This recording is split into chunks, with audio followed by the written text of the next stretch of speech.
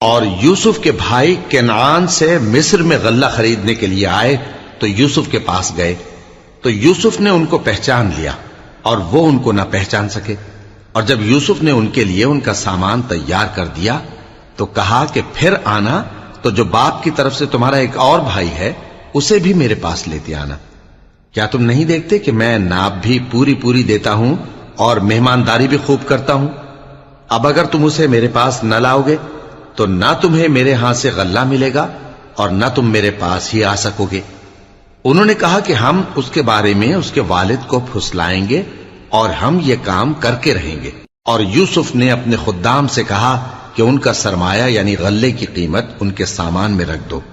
عجب نہیں کہ جب یہ اپنے اہل و عیال میں جائیں تو اسے پہچان لیں، اور عجب نہیں کہ یہ پھر یہاں آئے۔ بس جب وہ اپنے والد کے پاس واپس گئے تو کہنے لگے کہ ابا، ہمارے لیے غلے کی بندش کر دی گئی ہے، تو ہمارے ساتھ ہمارے بھائی کو بھیج دیجئے تاکہ ہم پھر غلہ لائیں اور ہم اس کے نگہبان ہیں۔ یعقوب نے کہا کہ میں اس کے بارے میں تمہارا اعتبار نہیں کرتا، مگر ویسا ہی جیسا پہلے اس کے بھائی کے بارے میں کیا تھا، سو اللہ ہی بہتر نگہبان ہے اور وہ سب سے زیادہ رحم کرنے والا ہے۔ اور جب انہوں نے اپنا اسباب کھولا تو دیکھا کہ ان کا سرمایہ واپس کر دیا گیا ہے۔ کہنے لگے، ابا، ہمیں اور کیا چاہیے؟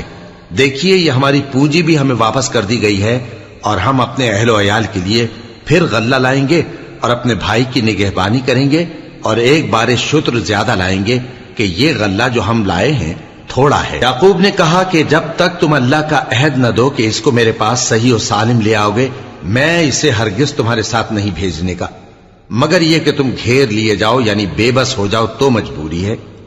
پس جب انہوں نے والد کو اپنا قول دیا تو یعقوب نے کہا کہ جو قول و قرار ہم کر رہے ہیں اس کا اللہ ضامن ہے، اور فرمایا کہ اے میرے بیٹو، ایک ہی دروازے سے داخل نہ ہونا بلکہ جدا جدا دروازوں سے داخل ہونا، اور میں اللہ کی تقدیر کو تو تم سے روک نہیں سکتا۔ بے شک حکم اللہ ہی کا ہے، میں اسی پر بھروسہ رکھتا ہوں، اور اہل توکل کو اسی پر بھروسہ رکھنا چاہیے۔ اور جب وہ ان مقامات سے داخل ہوئے جہاں جہاں سے داخل ہونے کے لیے ان کے والد نے ان سے کہا تھا، تو وہ تدبیر اللہ کے حکم کو ذرا بھی ٹال نہیں سکتی تھی۔